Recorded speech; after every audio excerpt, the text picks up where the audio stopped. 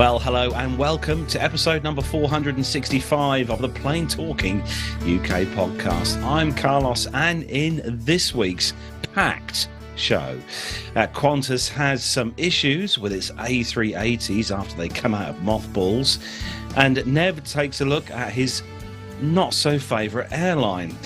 And also in the military news this week, as he scrolls down to his show notes because his thing is stuck, it's all about here we go, so coming up now, it's all about the coalition of 11 nations with the F-16 fighter jets, and we also take a look at private aerial refuelling with the Air Force. So joining me across the fields, the dales, the glens, the rivers, the ponds of the UK, in his stately mansion in Buckinghamshire, is of course Neville Bounds. Yes, here we are. Bit rushed tonight, but we made it, thank goodness. Yes, bit of a hectic day today for me. Up at silly o'clock again, and drove to Stockport, very near to Manchester Airport this morning, first thing. And then over to Staffordshire and then back home. So yes, a very hectic day for the driving. I must say, some of the standard of the driving on the roads did leave a bit to be desired today, being a Friday. So if people would like to sort themselves out and get themselves a driving licence, that would be much appreciated. Now you see, Nev, why I've finished my job that I've done with driving. I don't do driving anymore. No, not surprised. Well, I don't blame you. No, no, I think it's a hazard of life, isn't it? Unfortunately. Yes, it is. Well, good to have you on, Nev, as always, and joining us from down in a very, very beautiful part of the UK. He's someone who's spent the last kind of couple of days putting all the show notes together for tonight's show. It's the newest member of the team. It is Nick Codling. Hello, Nick. Evening, Carlos. Nice to be back again.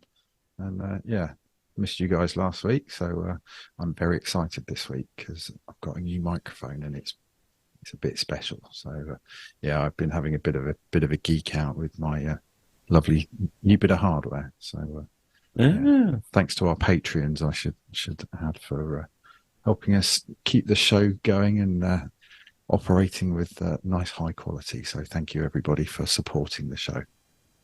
How's things with the motorbike, Nick? Because you are a big fan of motorcycles. Yeah, good. I've been so this week I've got a couple of bikes, and so I've got a little classic Italian bike that I use. So yeah, I've been using that to commute to work this week while the weather's been quite nice. But I think it might be getting put away back in the garage next week, because I think as it's the start of the school holidays, it's obviously forecast to rain as of tomorrow. Oh yeah, I forgot about that. Yes, our British summertime that's in full swing. Absolutely, literally, the weather is swinging. How's it down your way, Nev? Because we've had a dry day today, but it's been cloudy pretty much most of the day. Actually, here it's okay, but as I was driving up to the northwest, it threw it down with rain. I don't think even the third speed on the wipers was sufficient. It was very, very wet and nasty. But we've got a weekend full of it, I think, unfortunately. So I did go out and cut the grass earlier. Yes, I've done that today, Nev. Because the option for doing that this weekend is probably nil, I would say. So we'll have to see.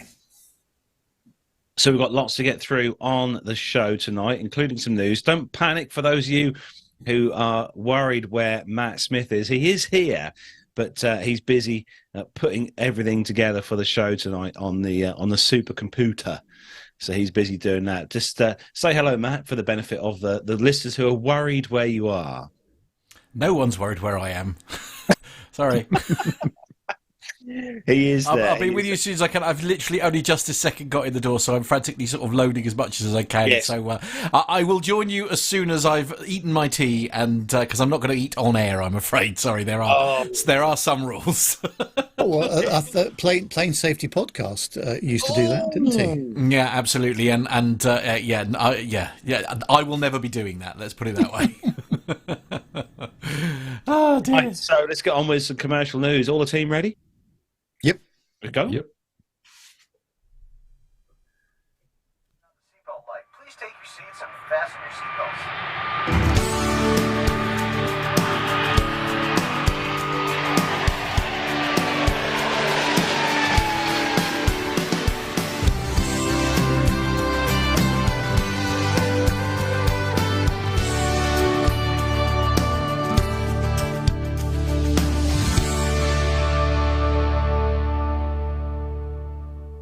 So first up this week in the commercial news for the show, it's all from simpleflying.com, and newly reactivated Qantas A380s have had two technical issues on two flights. So just days after returning to service from long-term storage, a Qantas A380 has encountered a series of problems with one of the aircraft requiring a diversion and an overweight landing. Now, I remember seeing this actually this week on Twitter. The issues concerned two consecutive flights. The first was during the 13th iteration of QF1, while the second took place during the July the 14th iteration of QF2. The A380, Victor Hotel, Oscar, Quebec, India, departed Singapore for London Heathrow on the 13th as QF1, and as reported by Av Herald, the aircraft encountered problems as it was cruising at flight level 400 around 60 miles southeast of Frankfurt. The crew initiated a descent to flight level 280 due to the failure of the autopilot system. It was noted that this meant the non-compliance with the RVSM, or Reduced Vertical Separation Minimum Criteria. The issue was not urgent enough to require a diversion, and the A380 continued to London and performed a safe landing around 80 minutes later. Conducting its turnaround, departing London a mere 20 minutes behind schedule, the same Airbus, A380, then encountered another issue. Flying at flight level 330 as QF2 to Singapore Changi, the Airjet was flying over Central Europe when the technical problems were encountered whilst flying over Slovak-Hungarian border. The crew made the decision to turn around and return to London, climbing to flight level 340. And according to passengers speaking with the Aviation Herald, they were informed that the aircraft's navigation system was not working correctly. Obviously forgot his tom-tom. The Aviation Herald also notes the crew was subsequently advised that a heavyweight landing would be required, that the maximum reverse thrust will be engaged, and additionally the aircraft would require the full length of the runway and would exit at the very last turnoff. Nearly 4 hours after the first departing London aircraft, it performed a safe landing back at the same airport on runway 27 left. Notably, the pair of incidents came just days after Victor Hotel, Oscar, Quebec, India returned to passenger service. The 13-year-old aircraft had been in long-term storage at Victorville in California from September 2020 to 2023 in January this year. After leaving Victorville, the jet would spend a month in Los Angeles. As part of the reactivation process, the aircraft was flown from LA to Abu Dhabi via London, where it underwent maintenance for several months. And in its official post-pandemic passenger flight took place on the 10th of July as flight QF1 from Sydney to London via Singapore. As of March 2023, the airframe itself has accumulated 44,000 flight hours across 3,823 cycles. And chaviation.com also reports that the aircraft's estimated market value, because we all want to know this, is a little bit over $39 million if you want to buy one of those. But it doesn't surprise me, Nev, after being in storage for this amount of time, especially in the place in Victorville where it was stored, that things would obviously may need a bit of sorting out. But it's surprising that these weren't picked up on the initial shakedown. No, the trouble is, though, when you do these sort of test flights or return to flight things, it can all work fine for the first couple of flights, and then something happens later on. And presumably they're not doing these return to flights the full length of the real journeys, I would imagine. Although I don't actually know that, but I was assuming that they would probably do it, a few hours, not 13 or 14 hours. And if you don't use it, things start going wrong very often, or need fixing. So a bit unfortunate, but first, at least they're back in the air. That's why I look at it, because Yeah. I was a bit concerned at one point that they may not return. That'll be another 380 operator that's not going to be operating it. But yes, but no, I think that I think that aircraft suits Qantas quite well, bearing in mind the kind of routes that it was designed to do, and bearing in mind the sort of flight lengths and what have you involved. So, yeah. Refresh my memory, Nev. Have you been on the 380 yet? I can't remember. Yeah, I have. The only one I went on was earlier this year to DFW, Dallas Fort Worth, with the BA boys and girls, and that was a very nice experience, I have to say. Very Nick? pleased.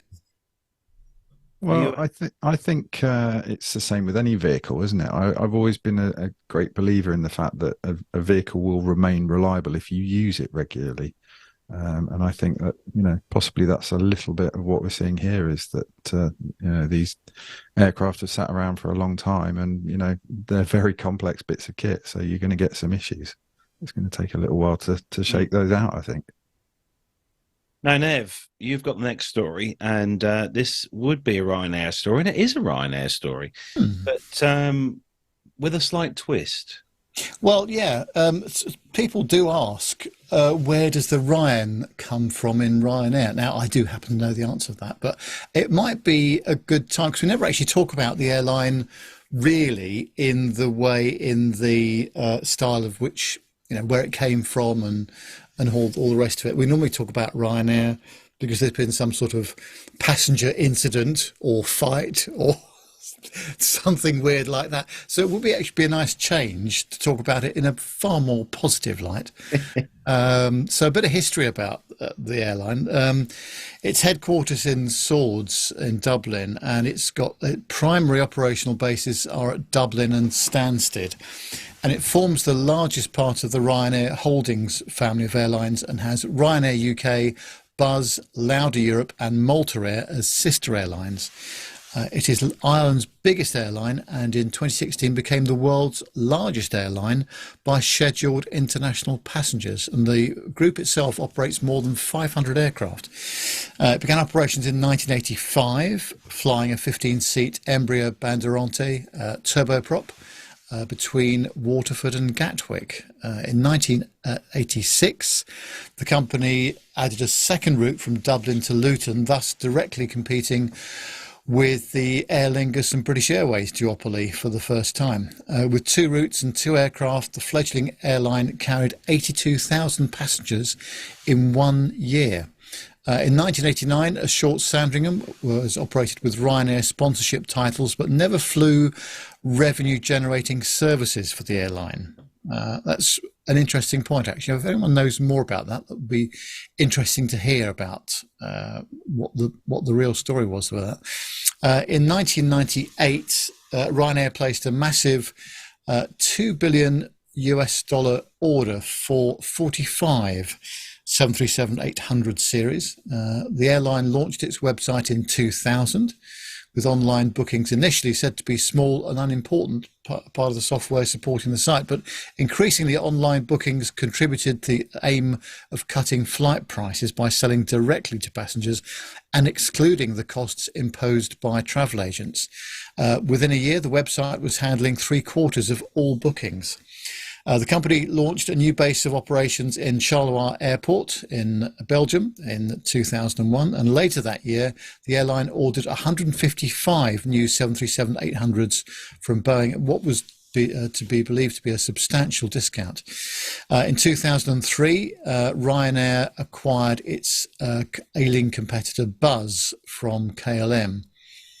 Ryanair's CEO Michael O'Leary stated in April 2007 that Ryanair planned to launch a new long-haul airline around 2009. The new airline would be separate from Ryanair and operate under a different branding. It would offer both low costs with fares starting at €10 and a business class service, which would be much more expensive, intending to rival airlines such as Virgin Atlantic. The new airline would operate from Ryanair's existing bases in Europe to approximately 6 new bases in the US. The new American bases would not be main bases such as New York's JFK, but smaller airports located outside major cities. Since the Boeing 787 was sold out of production until at least 2012, and the Airbus A350 XWB would not enter service until 2014, this contributed to a delay in the airline's launch. It is said that the name of the new airline would be Ryan Atlantic, and it would sell tickets through the Ryanair website under an alliance agreement.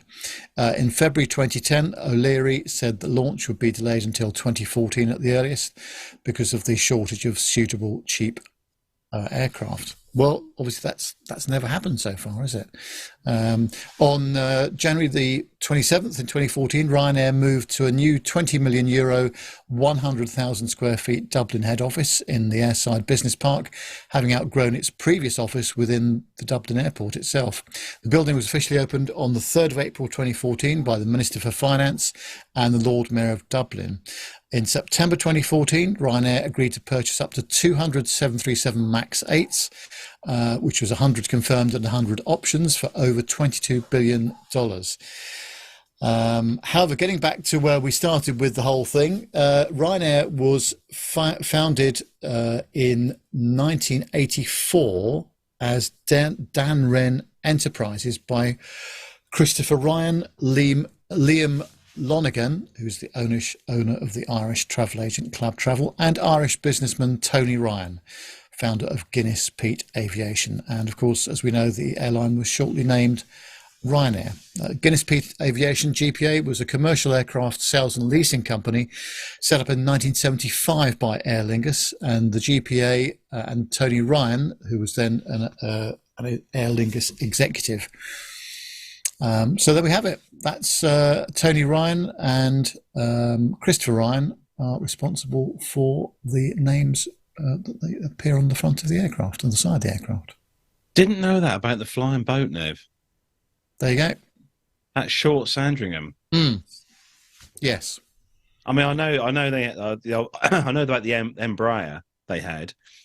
The little 15-seat Embraer. I knew about that, but I didn't know about the Short Sandringham. No, flying boat. But obviously, as you said, it wasn't used for revenue-generating services. But we still have to do our Ryanair flights, don't we? You yes, and I. We do now. We've got to have that 5:30 lager in a low cost. No business class lounge this time, Nev. Oh God, I can't bring myself to even think about that. But let's find a route to do, shall we? And we'll go and do it. We'll go and do it, and we'll film it. Yeah. You know what we should do, Nev? Mm-hmm. We should pick 3 or 4 routes, and then do an online vote for the listeners, and the listeners pick where we go. Yes. Do like a little voting system where the listeners can choose. Hope our listeners are kind. No, I'm not sure about this. I'm concerned already. Anyway, yes, you're right. We should do that. We'll do that. Nick, you've got the next story from Flight Radar. I like this. Yeah, Flight Radar. We need to look on Flight Radar and see where Armando is. We'll talk about him in a bit.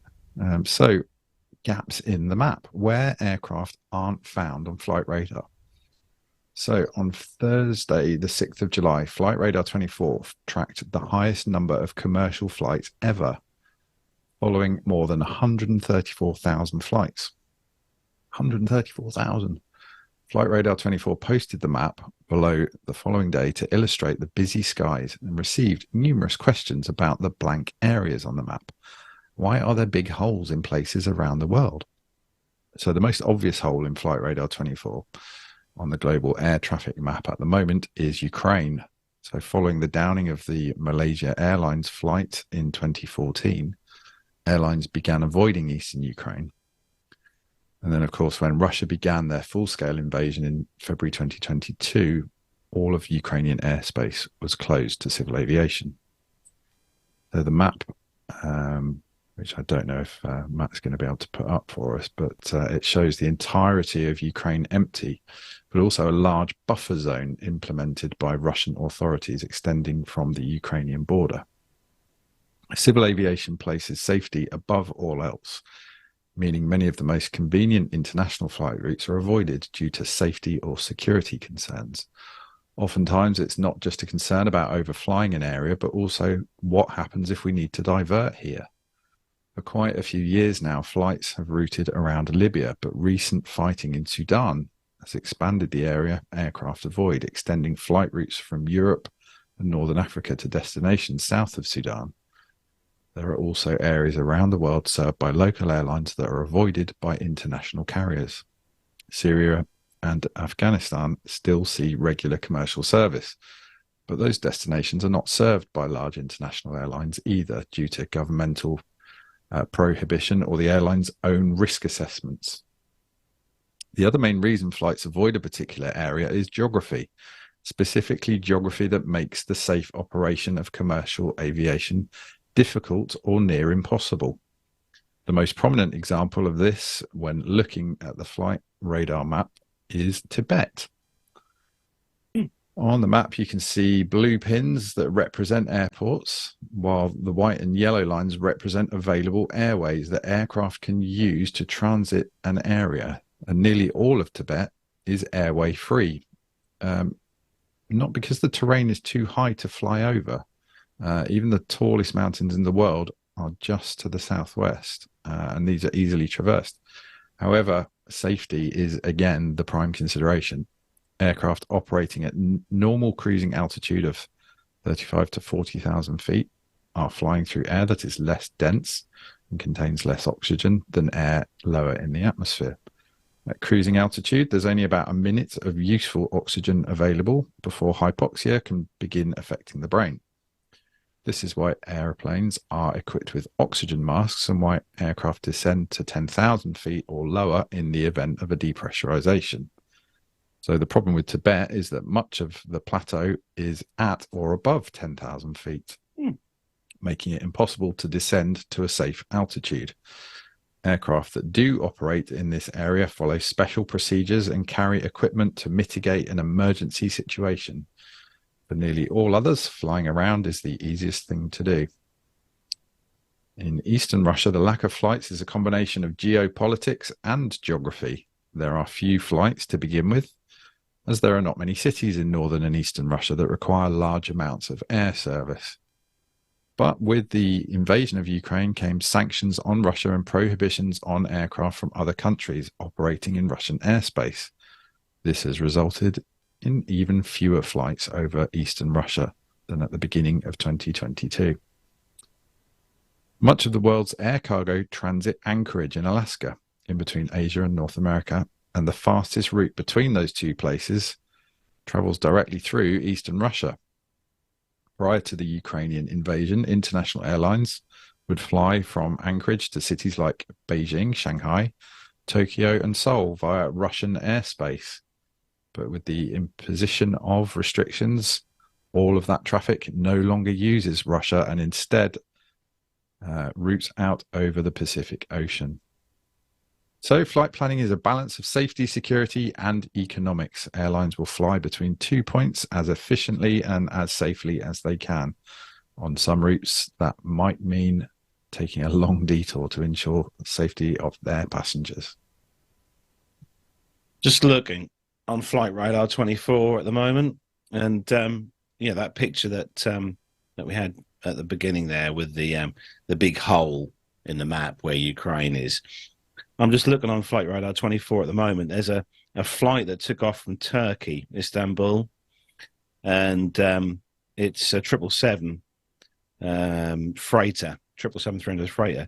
Took off from Istanbul, and rather than traveling across the Black Sea and obviously over Ukraine and straight to Moscow, where its final destination is, it's gone from Istanbul, Turkey, all the way up to Slovakia towards Poland, and then round the top Lithuania, and then across to Russia. Yeah, it has meant that certain airlines detour. have actually had to scrap routes, haven't they? Because it's just become economically impossible for them to be able to operate those routes in a viable manner. And I think we've seen with Finnair that they've started doing route where they go over the North Pole in order to go to Japan, I believe. Somebody might correct me on that. But yeah, they're one of the few airlines that I think does a sort of polar route. Yeah, when I went to Tokyo from Copenhagen with SAS quite a few years ago now, they take the polar route. Yeah, very much so. And That's cool. Makes you get wonder a when all special this finish. certificate, don't you? well, they do. In the flight demo, they show you how to put on your polar suit. Wow. Should the aircraft have to ditch in that region, because there are obviously hundreds and hundreds of miles with absolutely no habitation whatsoever. So yeah, they even show you how to don your polar suit should you require it. Looks like a spacesuit. End up turning into polar bear food, I would imagine. Well, yeah. Some of us more tasty than others, I should think. Depends on what you eat. Moving on, Flight Global, next one. And we're going to Nigeria for this one. Nigerian regulator urges tighter refueling procedures after water contamination incidents. Now, one of the things that I was first taught learning to fly was that you dip your tanks when you do your walk-around checks, especially on the Cessna 150 anyway, because you get the little dip, you put your little tube in, gets you a little bit of fuel out of the tank, and it is quite interesting to see the big difference when you do have water in the tanks, because it completely separates from the fuel. Very interesting to see. The Nigerian Civil Aviation Authority states it has been receiving mandatory occurrence reports from carriers relating to water being found in fuel tanks. These include a recent event in which a significant amount of water was drained from the fuel tank of a Boeing 737, whose fuel gauges and indicators malfunctioned during a flight. It has issued all operators a communication highlighting an urgent need for carriers and aviation fuel suppliers to implement procedures owing to their being inadequate or not being followed. Knowledge of the potential risks and hazards associated with aircraft refueling and how to mitigate them is important for any person involved in ground handling, the authorities said. The procedure says it should include a walk around of the fuel vehicle to check overall condition and inspect fuel hoses and gauges. Sample fuel from the vehicle and aircraft should be taken during refueling operations, with the presence of water being treated as a primary concern, the communication adds. Within 60 days, the regulator instructs the aircraft fueling manuals must be updated accordingly and personnel trained in the required procedures. It's never a good thing to have a plane running on water, Nev. It's not a very combustible material. It's suboptimal, isn't it? And I'm no expert, but as you said at the start, isn't that Aviation 101? Well, yeah, it is part of the checks for GA anyway. I know that obviously with a commercial airliner, it's slightly different. The checks. Well, they do the same. I mean, I don't know how often they do it, but they're checking fuel contents for water. Richard Adams has made a good point actually in the chat room. He says that essential the fuel gauges are hopeless on most GA aircraft. Certainly the typical club types. Definitely agree with you there, Richard, because they are pretty rubbish. Which is why we used to have a piece of wood on the Cessna 150, a small, like a bit like a cane, like a garden cane style piece of wood, which you'd unscrew the top of the tank on the 150, get up with your step ladder and put the stick in, pull the stick out, and you'd obviously have the mark on the stick where the fuel lever was in the wing tanks, because you just could not trust the gauges on the aircraft itself, which is pretty bad considering, because it's one of those important things, having fuel on board an aircraft. I think it's helpful. Certainly. It certainly is, yeah. Nev, you got the next one, and KLM don't want you to fly with them anymore. Nev. Well, not quite, but that's the inference. It's on Politico.eu. It says Dutch airline KLM would love to fly far fewer people on the short hop between Amsterdam Schiphol Airport and Brussels. It's even buying them train tickets. If there are connections, and if the connections are good, if they arrive at Schiphol, they also They run also in the weekends. We are more than willing to stop flying to Brussels, says CEO Marianne Rintold told Politico, adding, we are moving customers from plane to train. She is acting because airlines are under increasing pressure to cut their carbon footprint. And first in the firing line are short flights that could be replaced by a much cleaner rail. KLM faces the additional problem that Schiphol is hitting the maximum capacity for flights, and the government is trying to limit the number of takeoffs and landings to reduce noise pollution. It's scandalous that in a time of climate emergency we still have these extra routes, said Victor Thevenet from Green Group Transport and Environment. These flights between Brussels and Amsterdam have a climate impact that is 14 times higher than the train. His approach dovetails with that of the European Commission, which is setting an aspirational goal of making sure journeys of less than 500 kilometres are carbon neutral by 2030. For the KLM boss, who is a former state railway CEO, that means trains instead of planes on the 200-kilometre run between the Dutch and Belgian airports. A flight that takes 55 minutes, but also a comparatively competitive 100 minutes by high-speed train from city centre to city centre. But a big problem in scrapping the 4 daily flights between Schiphol and Brussels is that the rail alternative isn't up to scratch, with a particular problem being in the early morning and weekend trains. We need to solve a few bottlenecks before we can really implement it, says Rintel, adding she wants that to happen sooner the better. As part of efforts to fly less, KLM has bought blocks of seats on the high-speed Thales train. It's not just the Dutch carrier, but looking to put fewer bums on seats, but Germany's Lufthansa has long teamed up with the state railway Deutsche Bahn to shift passengers from its giant Frankfurt hub onto trains rather than on connecting flights.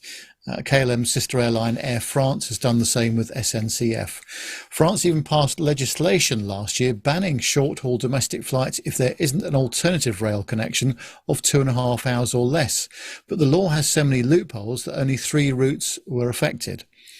Whilst Dutch government is committed to boosting passenger rail traffic on routes to Brussels, Paris, London, Düsseldorf, Frankfurt and Berlin, and is even subsidising night train connections, the KLM chief is against short-haul flight bans like the French one. It's too easy to say let's ban it and not have trains in place, she says.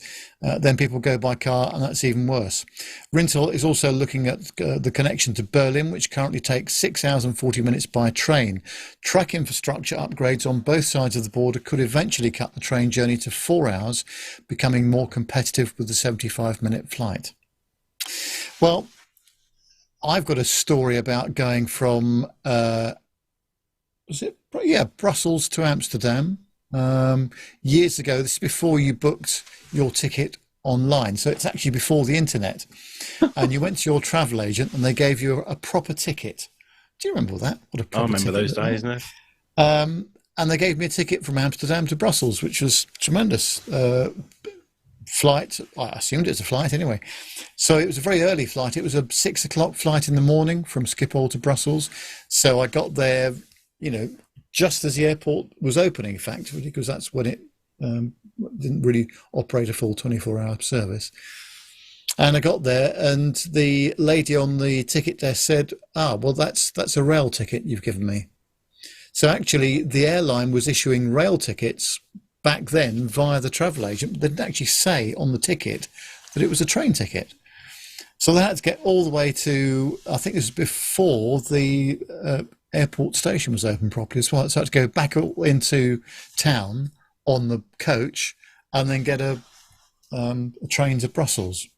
So that did take a bit longer than I had anticipated. But certainly that is a short hop, Schiphol to Zaventem Airport in Brussels. It's not far at all. So if they can do it by train, then, that would be a better solution, wouldn't it, I think?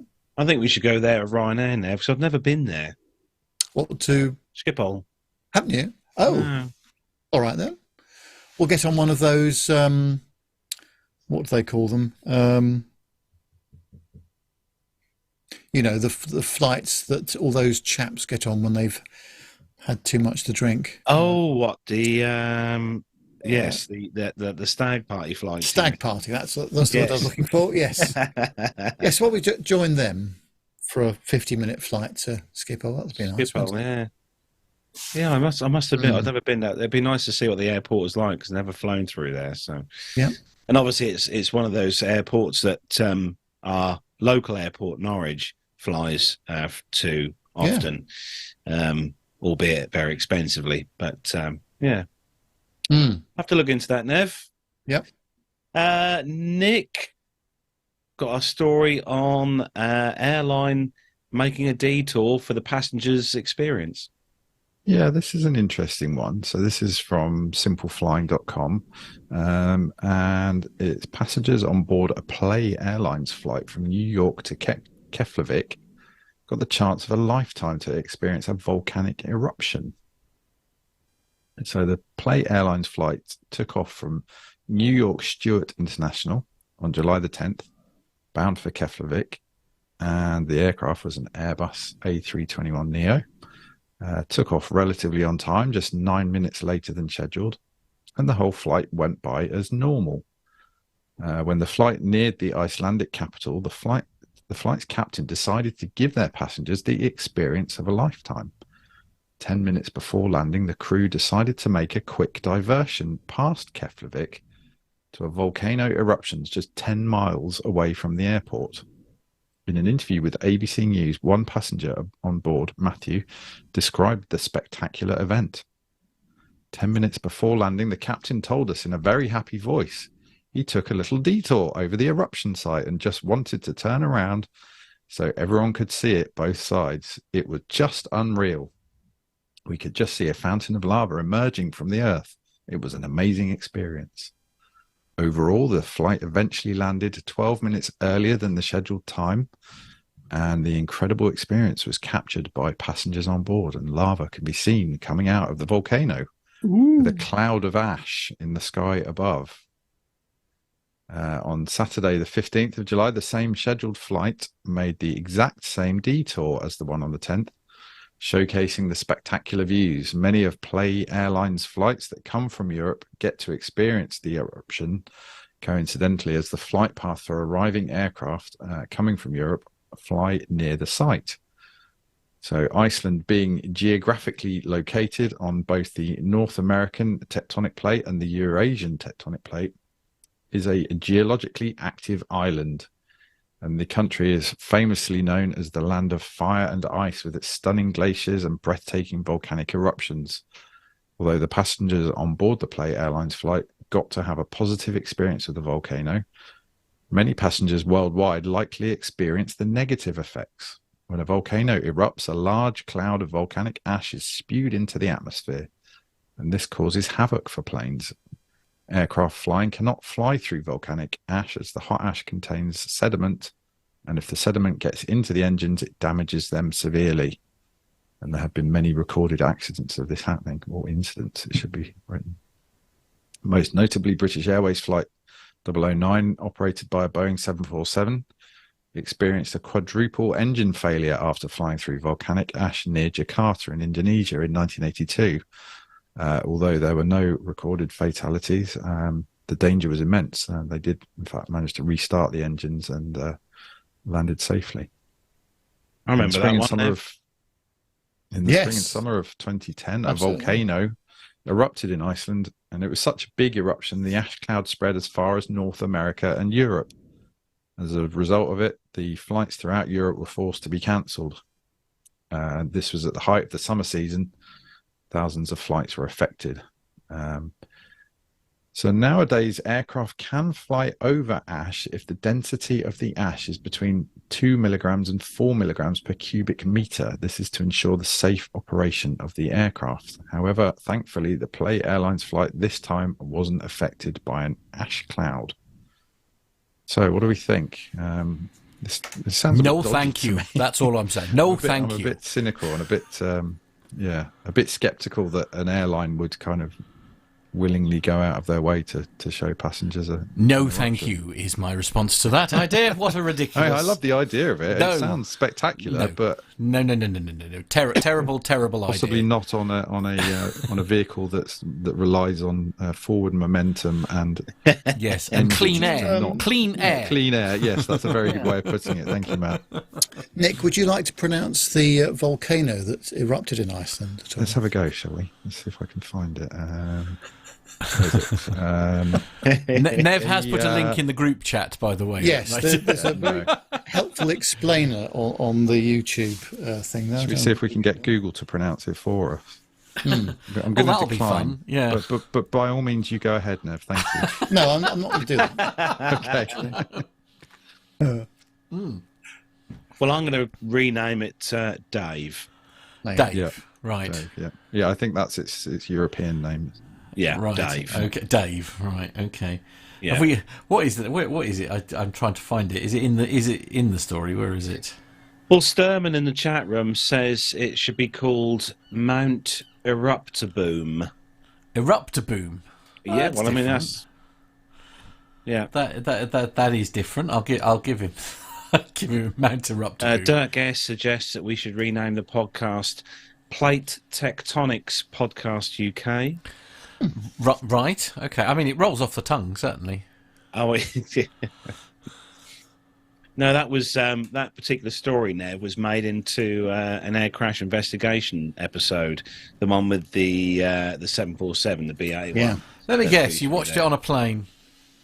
I probably have done at some point in time, and I will just point out that in the last few days I have started watching the latest series 23 of Air Crash Investigation. Good-o.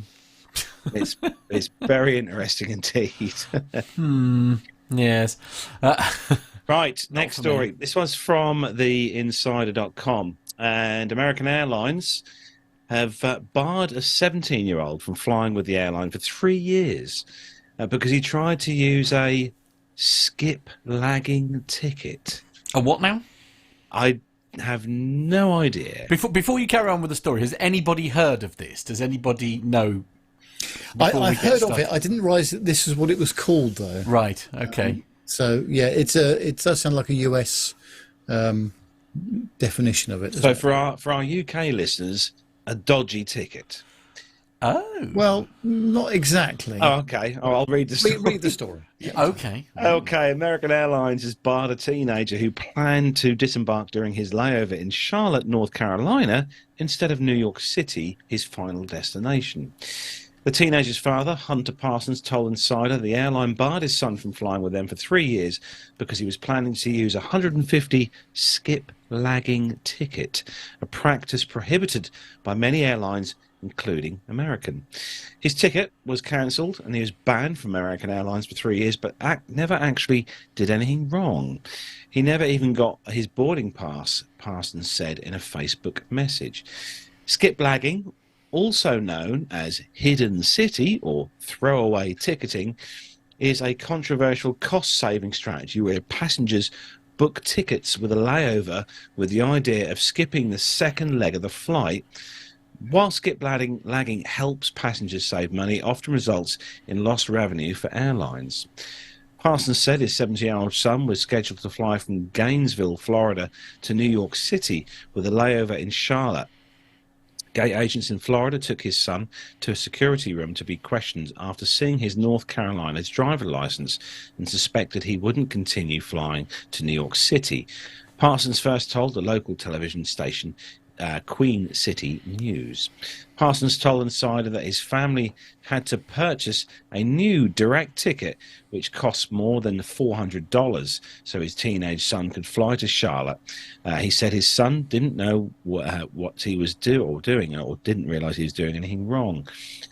He was left to fend for himself 500 miles from home, but he wasn't taking a play flight, I don't think, though, at the time. And he was never violating any policy and never broke any contract. He simply went to get a counter, to get his boarding pass, Parsons said. In January 2021, American Airlines said it would start cracking down on skip lagging.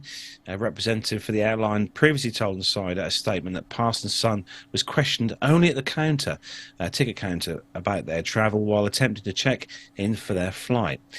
Parsons said his family had never abused the hidden city tickets they brought on booking platforms like Skip Lag to save money, and added that his son disembarking in Charlotte and not continuing on to New York would have been the first time that someone in his family would have skipped the final leg of their flight. With that said, Parsons said, we've always seen every flight through to its final destination. Never once, even now, have we missed a connecting flight, nor did we or were breaking a contract if we were to have done it, Parsons also said. American isn't the only airline that punishes passengers for skip lagging. 2018, United Airlines reportedly charged a passenger who skip lagged 38 times, several thousands of dollars. And in the same year, German airline Lufthansa sued a passenger accused of skip lagging on his flight from Oslo to Seattle when he disembarked at his layover in Frankfurt, Germany. American Airlines did not immediately respond to a request for any comment. So there we go. That's what skip lagging is, Nev. So as you might expect, the chat room are all over it. Of course, they know exactly what it is. So Dirk S is saying, Richard Adams saying, yes, you can get off at an intermediate point. Yes, Dirk S is saying, yes, you book more legs than you actually take. Masha saying you can actually do it on the trains as well as a way of sort of saving money. One thing Dirk is asking is, like, how can they ban him from skip lagging when he didn't even start his journey? How did they know that he was going to? I guess it must have he was probably too honest, wasn't he? That's the trouble. But I mean, I presume the advantage is that they're all, I guess the objection, if you like, by the airlines is the fact that they're offering a discount for the multi-leg. Is that essentially what they're taking umbrage to? And also, of course, the potential for selling an extra seat as well, because if you're not taking the seat on that flight, they could have sold it. Then they have lost some revenue there as well. I'm sure by now the airlines have tightened it up in their ticket terms and conditions, because this used to be quite a common practice back in the day, and I'm sure with the airline prices being what they are these days for tickets, that they will crack down on this as part of their revenue protection business. Yeah, it seems a bit. I get it. Don't get me wrong, but it seems a bit harsh. Yeah, well, unfortunately, the editor's decision is final. True. You are merely the passenger paying your money. Yeah, no. You are just a number. Yeah. Albeit certainly by that stage, anyway. Now, Nev, cast your minds back. If you, are you all right, dear? Sorry, the wife's just dying in the other room. Oh, don't. She's alive. Oh, that's not good. Cast your minds back a while, Nev. Do you remember that Southwest incident where the engine blade separated in flight? Ah, yes. The nacelle, they've had to do some redesign work, haven't they, on the 737NG series. So it's in the aviationweek.com. Boeing has completed redesign work and retrofit instructions on the 737NG nacelles to better protect them from broken fan blades, but needs more time to address risks linked to human factor issues such as leaving access doors unlatched, the company said. In a July the 19th regulatory filing, Boeing confirmed that it will meet FAA's July the 31st deadline for submitting design changes and issuing service bulletins relating to the redesign. The changes are needed to address issues spotlighted in the two fan blade out events, both involving Southwest Airlines 737-700s that led to unexpected aircraft damage caused by pieces of the nacelles breaking free. The NTSB in 2019 recommended that the FAA require redesigns of the 737NG family nacelle that factor in analytical modelling developed since the aircraft was certified in the 1960s, and then see that the changes are retrofitted onto the 737NG fleet. Boeing agreed to this and has been working with the FAA for nearly 4 years. Last August, Boeing asked for another 7 years to develop and certify the new design, which it proposed in August 2021. The FAA responded by breaking the program up, giving the company a year to address agency concerns about the proposed design and development baseline retrofit instructions. By July the 31st, 2023, Boeing will have submitted all design changes to the FAA and will have released service bulletins to provide inlet modifications, fan cowl modifications, fan cowl support beam modifications, and exhaust structure modifications for retrofit of these design changes, the company said in its most recent filing. However, Boeing is aware of a limited number of instances in which operator maintenance errors have led to fan cowls and integrated drive generator doors departing during takeoff or landing. Therefore, Boeing is submitting this request for an additional extension of the previously granted exemption to allow Boeing to work with operators and the FAA to address these undetected maintenance errors and ensure full compliance. Boeing has asked for 17 months to analyse the in-service incidents and develop a risk mitigation strategy. The additional time will allow Boeing adequate time to develop appropriate solutions to address the potential for these maintenance errors and have scheduled discussions with the FAA, the company said. Boeing changes address... That doesn't make any sense. Boeing's changes address risks flagged during investigations of the 2 accidents plus internal analysis using the company's safety management system. Makes you wonder what I would have thought it was a safety critical item. Again, I'm not an expert in 737 engine operation and maintenance, but fan blades escaping the cowling is another Aviation 101 item in a jet aircraft, isn't it? That's not supposed to suboptimal, I think, is the word you're looking for. Certainly. Yeah. There is if you go on to YouTube, there's a video that was done a few years ago where they got I can't remember whether it was a CFM 56 or a Pratt and Whitney, I can't remember.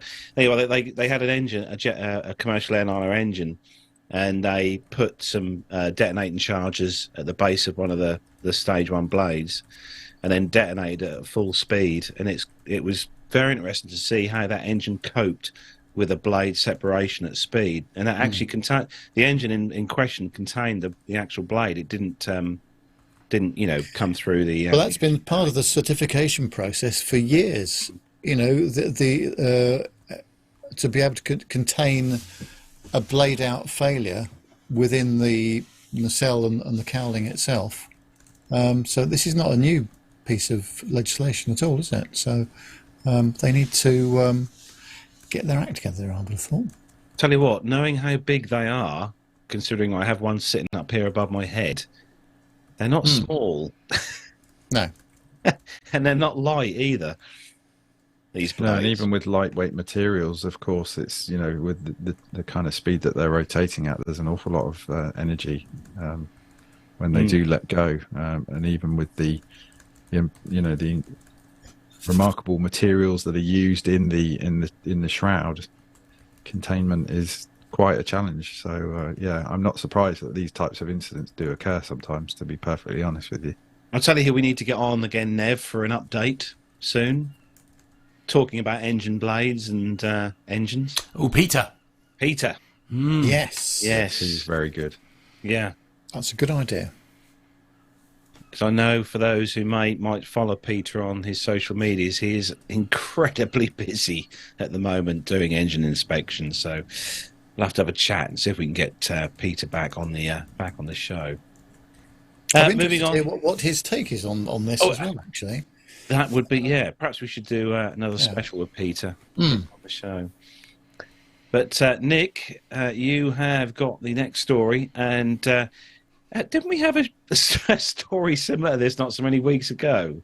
I'm sure we did. Yeah, this is a bit of a curious one. The story came out sort of midweek, I think, and so it's about a United Airlines 767 that loses an evacuation slide prior to landing in Chicago. This is from flightglobal.com, and I kind of saw this and I thought, well, surely that normally is the case, that these things are attached to the doors. So I was a bit puzzled about this. So, but yeah, a United Airlines flight arriving from Zurich apparently lost an inflatable emergency evacuation slide pack just before landing at Chicago O'Hare.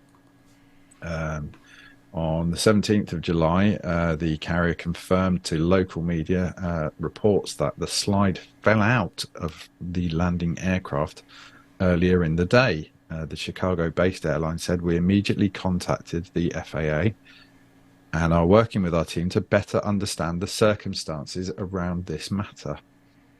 The 767-300 lost an emergency evacuation slide pack. Oh yeah, already had that, thank you. That was a nicely written article where they've repeated themselves. So maintenance workers at Chicago O'Hare discovered an emergency evacuation slide was missing from the aircraft that had just landed from Switzerland, the US aviation regulator said. The slide was located in a nearby neighborhood. Images posted to social media show uniformed police officers gathering up grey material, which has been identified as the slide, from a sidewalk just east of the airport. It is unclear how the evacuation slide detached from the aircraft, as the slides are stored inside the door. So I did a little bit of digging and found a story on 1 Mile at a Time. So how was the discovery made that the aircraft lost its emergency slide? It wasn't the pilots. Rather, once the plane had landed, maintenance workers noticed the missing slide. So it's basically...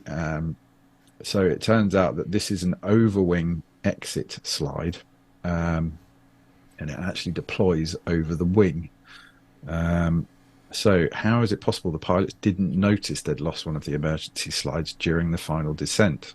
According to some comments on the Aviation Herald, the 767 overwing escape slides are stored in the main part of the fuselage and not in the doors, as you'd find on other exits. As a result, there is no alerting system for the crew associated with this, which would alert the pilots.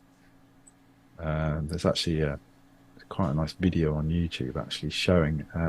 But yeah, essentially this thing deploys from the fuselage just above the wing.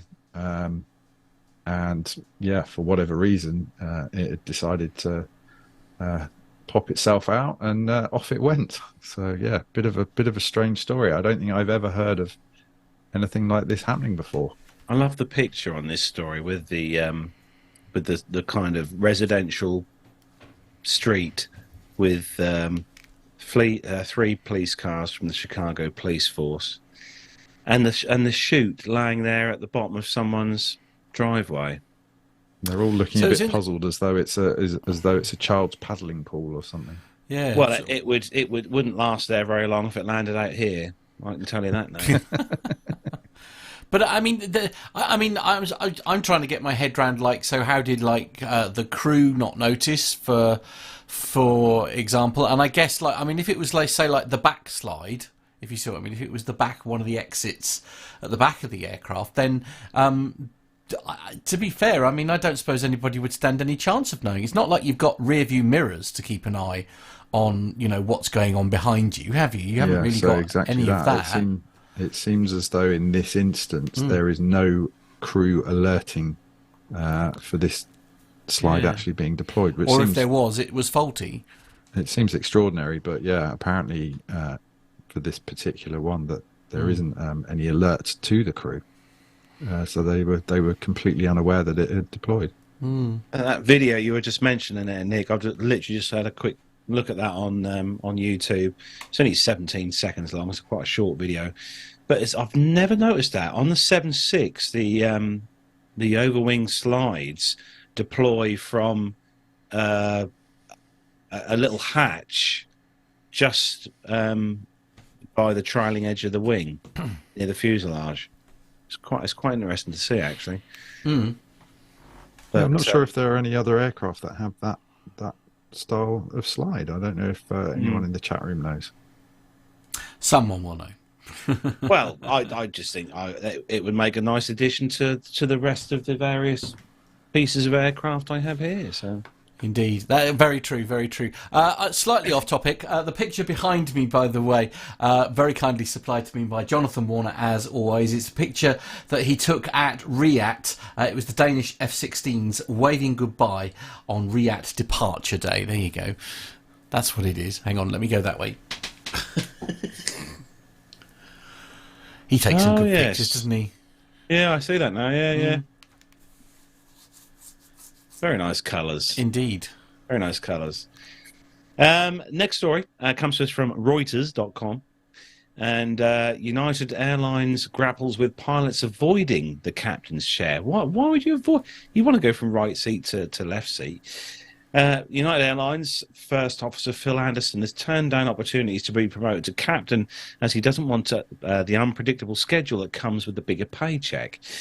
Anderson is one of many who have passed on the promotion at United, and analysts and union officials said a resulting shortage of captains whose function as head pilots could cut the number of flights available to travellers by next summer. One industry official dubbed it as the "no one wants to be a junior captain syndrome." Some smaller regional carriers have already been forced to reduce their flights by as much as 20% due to staffing constraints, said Robert Mann, a former airline executive who now runs a consulting firm.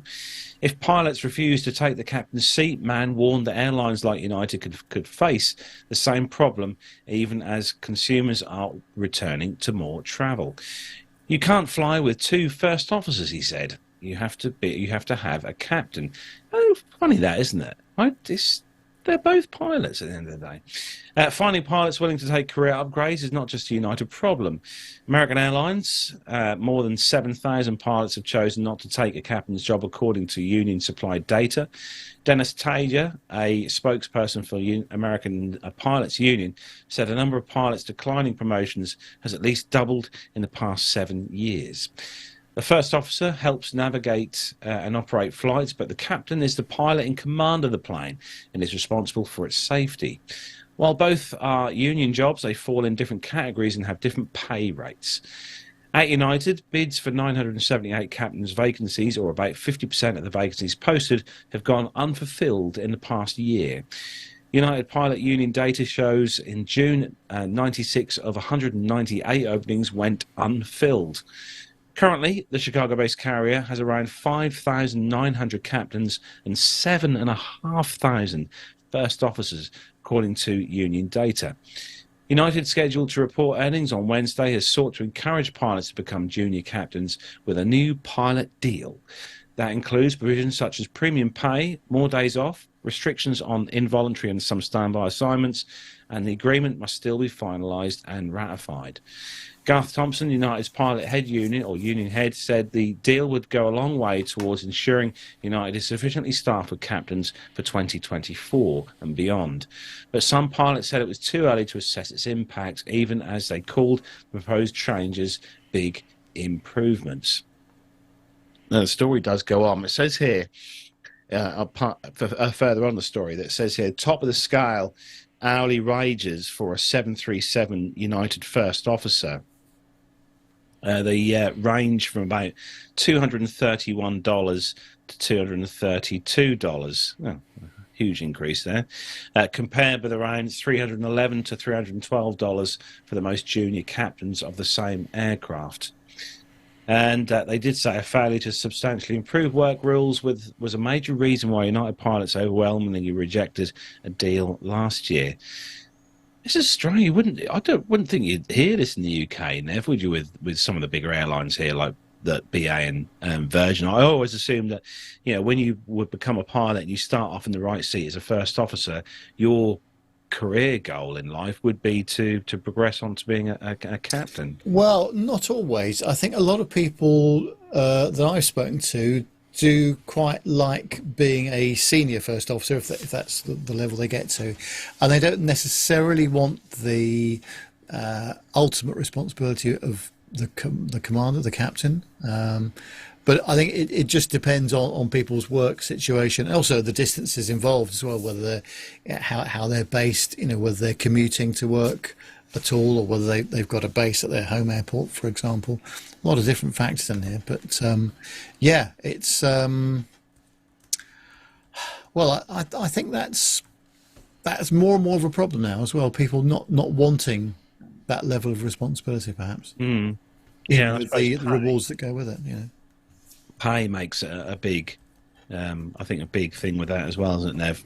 When it comes to pay, because I think we all know that the pilots in the US are paid quite a considerable amount more than what our pilots in the UK here are paid. From what I've heard, anyway. But yes, there we go. So next story up on the list, and Nev, we're going all Star Trek. Yes, this is not my specialist area, I have to say. In fact, yes, I will read it. Yes, it's on cybernews.com. It says Star Trek creator sent into orbit for first deep space burial. Nearly 200 separate remains, including those of the late Star Trek creator and 2 of the show's cast members, will be part of an inaugural deep space mission to permanently orbit the Sun as their final resting place. Celestis, a company that's been promoting space burial service since 1994, will launch the first of its kind memorial space flight to take place in nearly 30 years. It marks a new twist in space burials for the non-traditional Houston, Texas-based company. It's going to be the first and only repository of our civilian out in the universe, 330 million kilometres out into space. Says the president, Colby Youngblood. No one's done that before, he says. Celestis already took part in NASA's successful mission to send the cremated ashes of legendary scientist Dr. Eugene Shoemaker to the moon and back in 1998, and has completed dozens of round-trip space flights since. During the Voyager Memorial Spaceflight mission, the company plans to send 196 capsules of cremated remains of people who have passed away, as well as some DNA of people who are still living. The flight set to launch sometime in 2024 will carry the ashes or DNA of notable individuals such as sci-fi legend and Star Trek creator Gene Roddenberry, who passed in 1991 along with his wife. Star Trek cast members also making their final trip, including James Doohan, who played the beloved character Scotty, and Nichelle Nicholl, known as the USS Enterprise crew member Uhura. This is why I'm not reading this story. I'm actually not going to read the rest of it because there's so many opportunities for poor pronunciation. So instead of getting beamed into space, Nev, the personal flight capsules will be catapulted in the universe by way of an explosive rocket launch to take place during a 3-day memorial event at Florida's Cape Canaveral, the cradle of the American space program. And the rocket is aptly named the Vulcan Centaur, which is, for those of you who are Star Trek fans, will know exactly what a Vulcan is. Other notables making the journey to the afterlife include NASA's first woman astrologist, Marita West, and astronaut Gordon Cooper Jr., Masaru Tomita, probably pronounced that incorrectly, and 2-time All-Star Japanese professional baseball player and battlefield hero Bronze Star and Purple Heart recipient, Staff Sergeant John James Cleaver. Again, the story does go on, but this is, I suppose, it's quite accurate for someone. Well, my colleague Brian, who I work with, would have his head in his hands at the moment because he is a Star Trek specialist of a considerable, many years. So he'd be able to get all of this, and I get very little of it, I have to say. I think it's nice though when you think, because Star Trek was a massively popular series and still is a very popular series. I'm currently watching the latest iteration over on one of the various streaming channels, and for these cast members who portrayed these characters who are based in space for most of their lives to be, have the ashes scattered in space is quite, quite thoughtful. I think it's very nice. Yeah. But yes, what an interesting story to end on. Thanks for popping that one in there, Nick. Appreciate that. I think that was yours, actually. Was that my one? Yeah, you're the Trekkie round here. Well, I am the Trekkie. Such a saddo, honestly. Oh yeah, I forget because Matt Smith is a fan of Star Snores. I mean Wars. Hey, nothing wrong with that. Danger, Will Robinson. Oh no, that's something else. That is the commercial news segment finished for this week. Thanks to Nick for popping the stories together this week. Next up, it's the next of the interviews that I took over at the City of Norwich Wings and Wheels Museum. Now, you remember that I visited there a few weeks ago for their Wings and Wheels event, which was absolutely great. The weather was fantastic for the entire weekend. It was run over a Saturday and Sunday. Now, I did see a message that Carl Lake from Norwich Airport had put on the group Facebook page last week, and he did say on there that apparently it was the highest number of visitors that they'd had for one of their Wings and Wheels events over that weekend, which is great news for the guys there, because the museum does rely quite heavily on, obviously, the entrance fees, which are very little for the museum. But it's safe to say, if you are, as we said in the show previously, if you're in the Norwich area here in the City of Norwich, it is literally next door to Norwich Airport. So you can see Embraers and various helicopters taking off to the North Sea oil rigs from there as well while you're visiting the museum. But it's well worth a visit if you're there. Get yourselves over to the City of Norwich Aviation Museum.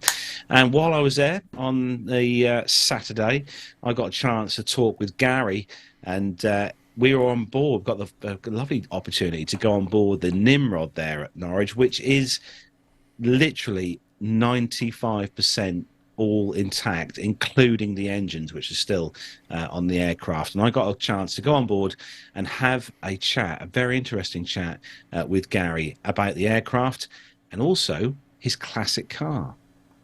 So I've been lucky enough to get on board the Nimrod here, and I'm with Gary. Gary, welcome to the show. Hi there. So Gary, tell us a bit about your career. Okay, yeah, so I joined the RAF in 1987 as electronics radar technician. But after about 3 years, most of those radars were being changed over into more modern kit. And I decided I wanted to have another opportunity within the RAF, and I always wanted to fly. So I applied for Airman Aircrew as an air engineer. But when I went through selection, there was a number of vacancies available for the AEOP, air electronics operator. And so I thought I'd give that a go. Luckily got selected and transferred over into the M&A Aircrew world on Nimrods. So that was around about 1990, and went down to the OCU, up to the OCU in Kinloss, and did 6 months. Well, sorry, I did 18 months of ground training at Finningley, and then went on to the OCU at Kinloss, and did 6 months there. Posted on to 201 Squadron, and then did just under 7 years on the squadron. I was an acoustics operator, so tracking submarines using the kit down the front, and there was a team of 3, and I worked up to, and in my last sort of 18 months I was the lead wet, as they called them, and that was where I would coordinate the 2 operators tracking submarines. Quite an in-depth job. Yeah, it was. I mean, the training, I'd say 18 months, and a year of that was training to be a acoustics operator. So it went really into depth, and we had to retain an awful lot of information in our heads on the acoustic signatures of the different submarines, because it was all secret level. We did carry around the books with the detail, but you didn't really have time to go through your book to try and work out what submarine you were tracking. You needed to know it immediately and know what to look for in what was an extremely noisy screen, and you trying to pick out little dots on that screen to tell you that there's a submarine there. So a bit about the aircraft we're sitting on, because obviously you've got a kind of attachment to this aircraft, haven't you? Yes, yeah. So this one, I checked through my logbook when I first joined the museum, and I only flew on about 2 or 3 times, but it was one of these ones. I think it was a bit of a hanger queen. I don't think it flew very much, and that's why it's so pristine compared to many of the other ones. They're very lucky to get one which is all complete with all of the electronics and everything in it. But yeah, so I checked them, and I'd say did a number of ops flights on them, around about 8 hours. And in total I did about 2,500 hours on my 7 years that I was on the squadron. Comfort wise, obviously you're doing operations in this aircraft. I mean, it's roomy, it's definitely roomy, but what was it like being on board this aircraft, you know, for long periods of time? Yeah, it was okay. It was they were renowned for being quite smelly, with having a number of hydraulic systems. And they were a little bit leaky at times, so there was that very strong smell of hydraulic, which always made you feel a little bit sick. Certainly myself, I never was sick. We'd often have visitors on board, and some of the manoeuvres we had to do when we took off to calibrate the aircraft, that used to wipe people out, because the manoeuvring and the smell, and it was very hot, and so yeah, it was quite uncomfortable. When it was only 13 people on the aircraft, when it was just the crew, it's fairly good. You can manoeuvre around very easily. If we were going detachments and we were taking all our ground crew with us, you'd have up to 26 people on board, and with all your sonar buoys and all of your kit as well, so that would get very cramped and very noisy. Yeah, so very uncomfortable in those days. But you've got a galley on board. I mean, we're just sitting across here from the galley, so you had the option for cooked meals. Well, absolutely. And you see the little oven there. Was no microwaves or anything like that. It was just a convection heater, and it was just the meals were in the foil containers with a paper, just like the old Chinese type ones. It took about an hour to cook something, and the problem is you can only get 8 into the oven. So a crew of 13, it was always had to have 2 shifts for doing the food. But when we did search and rescue, we'd have our own packs. So as soon as you took off, you could raid those packs and make your own in the saucepans and a whole load of food, and ate very well. I mean, we did anyway. We ate very well. And coming back from detachments, we would go to the local supermarkets and buy a whole load of produce to cook. And we'd just spend the whole flight back cooking for 26 people. So in your career, did you get a chance to fly any other Royal Air Force aircraft, like the Nimrod? No. We trained on the Domini, so like HS-125. So we did front seat, right-hand seat, and HF comms in the back. But no, I mean, obviously I flew as a passenger on Hercules, on Chinooks, that sort of thing. Unfortunately, I then transferred and got a commission and went into logistics, and I was at RF Coltishall. And every time I got lined up to go on a Jaguar, there'd either be a problem with it or the weather wasn't right, and so I missed out. And the same, we did a deployment to Bulgaria, the first one, and I was lined up to do a flight in a Frogfoot, and again they'd effectively run out of fuel on the detachment, so we were unable to go flying that last day, so I missed out again. So I was a little bit unfortunate on that front, but yeah.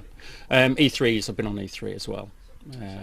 Yeah, and so much more room. You know, amazing difference. You know, you go from this tiny airplane into a E3, so much more space. So your career, then, you obviously you enjoyed your service within the Royal Air Force. Absolutely, yes. Yeah, I did 20 years. Really enjoyed it, and really stayed around after I left in 2007. Stayed, and I now work for MOD. So yeah, stayed around defence and aircraft the whole time. For the younger listeners who watch the show, I mean, what kind of advice would you give to them to want to go? Obviously, we interview pilots on the show a lot within the Royal Air Force, but there are other jobs within the Royal Air Force, such as what you did here. Yes. Any advice for younger viewers who may want to not necessarily fly, but want to get into something like the similar position that you had? Yeah, I mean, the RAF gave me a massive opportunity. I was a salesperson in John Lewis before I joined. I didn't have particularly good qualifications, but when I joined the RAF, they gave me a purpose and an ability to say, right, well, actually, if you go away and study and do evening classes, you could fly, or you could go and do whatever you want to do, get commissioned and go on and do some really good roles. And even the roles that are available, the technical ones are great opportunities. And what the RAF taught me to learn more and be able to pass exams and then develop further.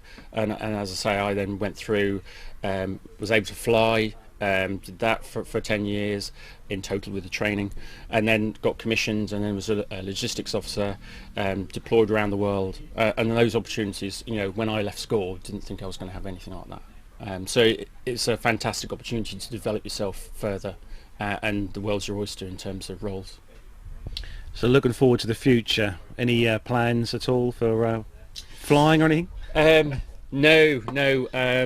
I work on a big complex defence project at the moment.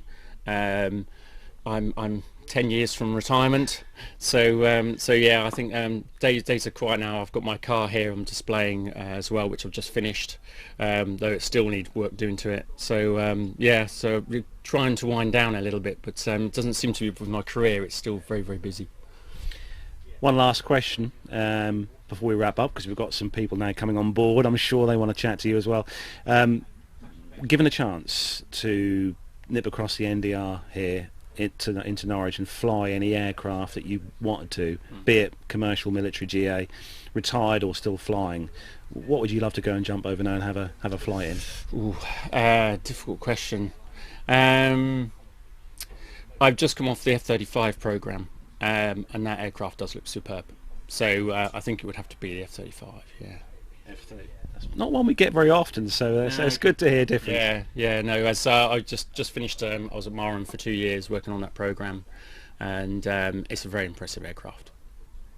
Noisy as well. Yes, being up close to it. Yeah, I have been. Yeah. No, they are very loud, but being able to their short takeoff and landing and that side of it, it'd be quite an experience, I think. Any chance you might get a go in one at some point? Well, I didn't when I was working there, and I'm now not working there, so probably even less likely now. Yeah, but yeah, you never know. But any sort of flying would be great. Yeah. So if anyone's watching the show who does have access to an F-35, but no, it's been great to speak to you. No problem. Really good to speak to you, and we're going to get a few shots of that lovely vehicle you've got as well. Just for the benefit, what is the car you've got outside here? It's a Jensen 541S. So quite rare. There's not many around. Everyone knows the Jensen Interceptor. This is a forerunner to the Interceptor.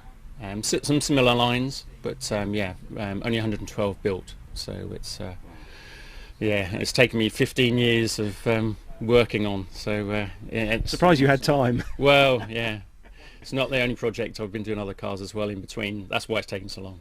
But quite a hefty project, that one. Well, it's been lovely to speak to you. Thanks for coming on the show, and I'm sure everyone who watches will be very much interested in what you've had to say, and also with the aircraft that you actually served on. So thanks for that, and have a great rest of the show. Thank you very much. Thank you. I love that that's the aircraft he was serving on. That's the bit that is just so awesome about that. I mean, and how cool is that for him to then be a volunteer at the museum? I just think that's utterly brilliant. Actually, he was he'd moved to Norwich, back to Norwich. I think he said he'd moved back to Norwich, and he saw that the museum, when he was driving along the NDR, he saw that the museum had got this Nimrod on site. He went and had a look, and obviously he got his logbook out that he used to keep from when he was serving, and saw that he'd actually flown and done some time on this particular aircraft. Obviously now he's a full-blown volunteer of the museum. But it was really nice to speak to someone who, not only who wasn't a pilot on board, but was one of the operators who used to operate the submarine detection equipment on board, but full of knowledge, got tons of knowledge on the aircraft, loved his job, loved his career within the Royal Air Force, and was great to talk to Gary on there. It was really, really, really good.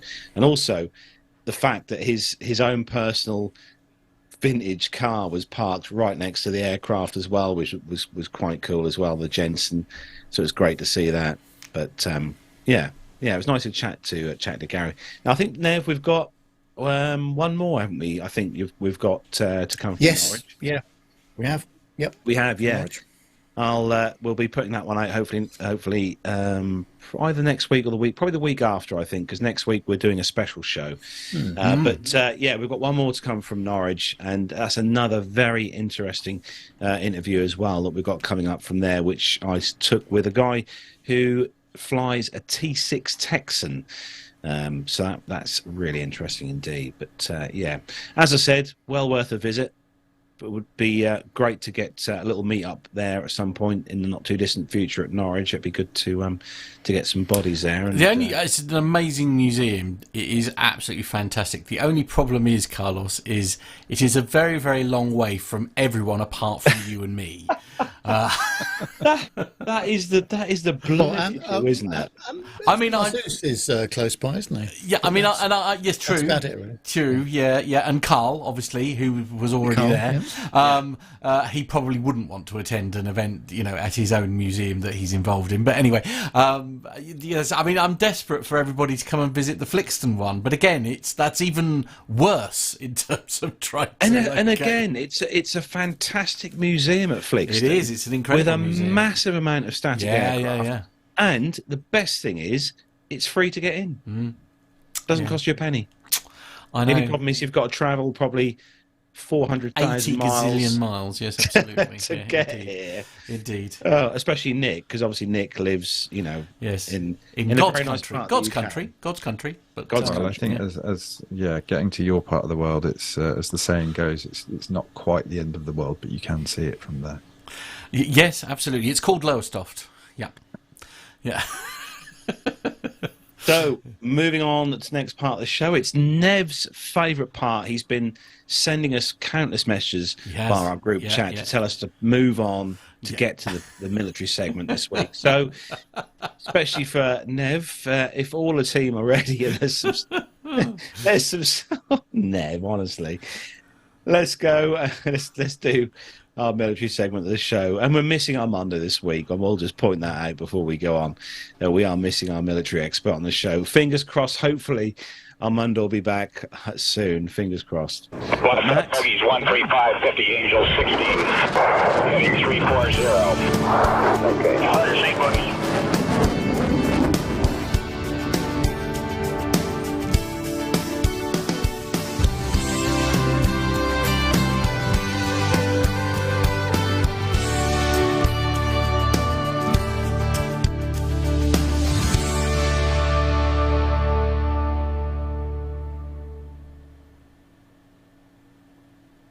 So, military news for this week comes to us. The first story comes to us from Reuters.com. And a coalition of 11 nations will start training Ukrainian pilots to fly F-16 fighter jets in August this year in Denmark. A training centre is going to be set up in Romania, and officials said on Tuesday this week on the sidelines of a NATO summit in Lithuania. So, NATO members Denmark, Netherlands have been leading international efforts to train pilots as well as support staff, maintain aircraft and ultimately enable a supply of F-16s to the Ukraine for its war efforts against Russia. So far, no countries have committed to sending F-16s to Ukraine, though Poland and Slovakia have supplied 27 MiG-29s to supplement Ukraine's fleet of combat aircraft. Kiev, which has launched a counter-offensive against Russian forces, has repeatedly called for Western countries to supply aircraft and train its pilots to fly them to successfully counter Moscow's aerial dominance. And there's actually a company not far from us here who've got an F-16 sim, like a sim trainer, which is, I'll be quite intrigued as to, obviously flying a commercial airliner sim here at home. I'd love to have a go in the sim with an F-16 because it's one of those very popular military aircraft that everyone knows about, and I think I'd like to have a go just to see what it's all about, flying an F-16. But Matt, you have got the next military story for the show this week, all about refueling. Indeed. So it's thedrive.com is the site to which it comes from, and the headline: private aerial refueling tanker has gassed up an Air Force plane for the very first time. A doorway to the Air Force making use of contractor-operated tankers to reduce the strain on its own fleets may finally be cracked open. A privately owned KC-135R tanker refueled US Air Force aircraft for the first time in a recent exercise. For years now, the service has been exploring the idea of using contractor-operated tankers for refueling and other non-combat missions to help ease the growing pressure on its organic tanker fleets. Private aerospace firm Metria announced the milestone in a press release, which says that the company's KC-135Rs provided aerial refueling support during exercise Resolute Hunter 23-2 for the Air Force. Resolute Hunter is a biannual US Navy-led exercise and is the Department of Defense's only dedicated battle management, command and control, intelligence, surveillance and reconnaissance exercise, according to that service. The Air Force and foreign air arms routinely participate in the event, which is staged out of Naval Air Station Fallon in Nevada. From June 23rd through to June 29, Metria Strategic Motability provided 4 aerial refueling support missions for RC-135s and E-3 aircraft, according to the release from Metria. The total included 13 boom contacts and nearly £90,000 of fuel offloaded, providing both aerial refueling training for the RC-135 and the E-3 crews. The specific mention of boom contacts is important. Metria is one of just 2 private companies that even own tankers of any kind configured with booms, the method by which the majority of the Air Force aircraft are refueled in flight. The other is Omega Air Refueling, which still primarily uses tankers with probe and drogue refueling systems. Probe and drogue is the aerial refueling method for the US Navy and Marine Corps, as well as many US allies and partners abroad. Previously known as Meta Aerospace, oh my goodness, I hope it's got nothing to do with the other Meta, Metria acquired 4 retired ex-Republic of Singapore Air Force KC-135Rs back in 2020. When those aircraft were purchased, they were painted overall grey, a very stimulating colour, as seen earlier in the story. Now they wear one of at least 2 multi-tone schemes that are broadly reminiscent of one of the Air Force used on its tankers for a time in the 1980s and 1990s. That Air Force scheme had some general similarities to the shading of orca whales, leading it to be nicknamed the Shamu. There you go. Look on our website, Matt, the Metria website. Okay. It's quite interesting, actually. If you get a chance to go on their website, it's really interesting. It's actually a decent website. Nev's having a look at it as we speak, obviously. Yeah, I'm just on it right now. Yeah. It's got it bookmarked, I think. Yeah, absolutely. Yeah, they've got 4, according to their website, they've got 4 of those KC-135 refueling tankers in their fleet. Which I'm guessing are probably all ex-Air Force ones, but yeah, it's quite an interesting website. There's loads of info on there, actually. It's got a bit of a geeky website. There's lots to see on there, but it's on metria.aero. It's well worth a look if you get a chance. Nick, you've got the last one, and India for this one. Yeah, well, assuming that Nev doesn't want to do it, of course, I'll take this last one. So yeah, this is from thedrive.com. Nev's very busy, yes. The French-made Rafale M from Dassault Aviation is set to be in the Indian Navy's next-generation carrier fighter, after New Delhi gave the initial go-ahead to purchase 26 of the jets. And I've got to say at this point, it's a really cool-looking thing. It kind of reminds me of a little sort of small, lightweight version of a Tornado.